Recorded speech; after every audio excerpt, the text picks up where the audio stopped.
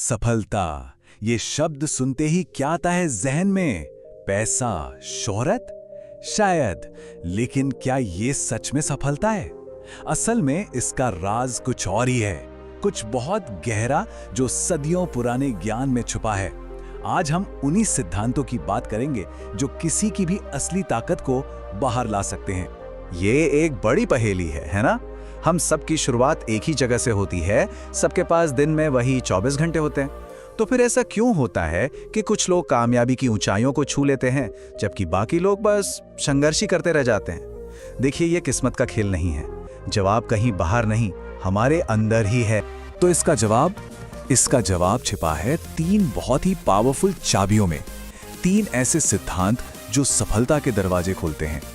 ये वो आदतें हैं जो एक कामयाब इंसान को बाकियों से अलग करती हैं। तो चलिए इन चाबियों को एक एक करके समझते हैं।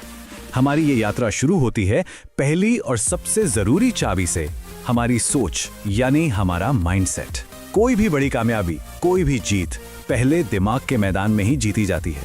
हमारी सोच ही वो नींव है जिस पर सब कुछ बनता है। इस माइंडसेट को समझने के लिए शेर से बेहतर कोई और मिसाल हो ही नहीं सकती। जरा सोचिए, शेर जंगल का सबसे बड़ा या सबसे तेज जानवर तो नहीं है, फिर भी वो राजा कहलाता है। क्यों? इसका राज उसकी ताकत में नहीं, बल्कि उसकी सोच में है, जो कभी हार नहीं मानती।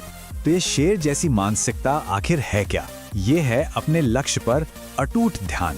मतलब एक बार जो ठान लिया तो बस ठान लिया। ये है निडरता। सामने कोई भी मुश्किल आ जाए उसका डटकर सामना करना। ये है जबरदस्त धैर्य। सही मौके के लिए घंटों इंतजार करना। और हाँ, ये कभी न खत्म होने वाली सीखने की ललक है। ये सिर्फ आदतें नहीं हैं, ये एक राजा की पहचान है। और यहाँ सबसे जरूरी बात पता है क्या है? हम अपने आप से जो कहानी कहते हैं ना, वही हमारी हकीकत बन जाती है। कामयाब लोग खुद से ये नहीं कहते कि मुझसे नहीं होगा। वो जिम्मेदारी लेते हैं, सीखने पर ध्यान देते हैं और अपनी ही बनाई हुई दीवारों में कैद होने के बजाय आगे बढ़ने का रास्ता बनाते हैं। इसे एक तीरंदाज की तरह सोचिए।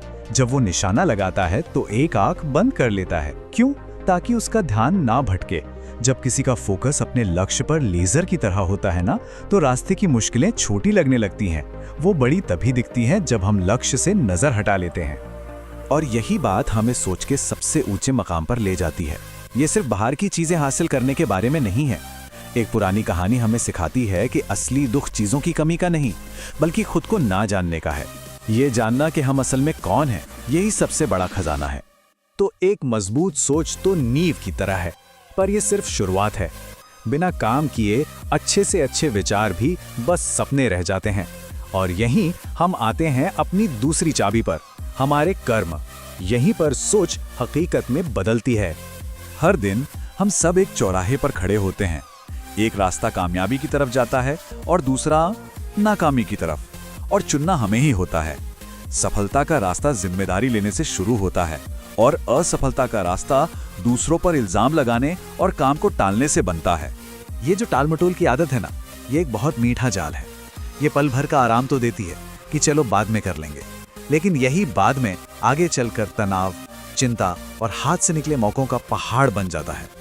कामयाब लोग इस जाल को पहचानते हैं, वो काम को अभी करते हैं। तो कामयाबी का रास्ता बिल्कुल साफ है।